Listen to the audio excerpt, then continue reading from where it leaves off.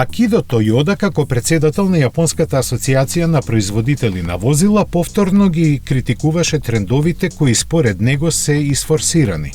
Директорот на Тојота во своето обраќање рече дека би било мудро стратегијата за намалување на емисиите, која ќе води кон климатски неутралности, да биде пофлексибилна и понежно дозирана.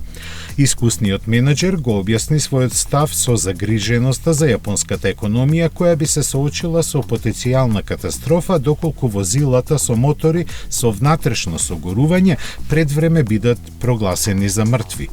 Затоа предлага тој место кон засилено прифаќање на електричните возила, индустријата да се посвети повеќе кон хибридните. Според анализите на пазарот со кои Toyota располага, целосната забрана за продажба на возила со класични мотори би довела до губење на 5,5 милиони работни места и драстично помало производство на возила.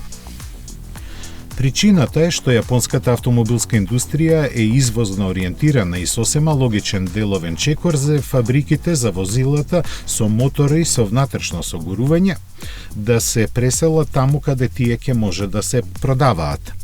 Ова не е прв пат Toyota да истапува со вакви ставови. Пред некое време тој критикуваше еуфоријата околу електричните автомобили, предупредувајќи дека ако сите возила бидат такви, Јапонија во текот на летото би останала без струја.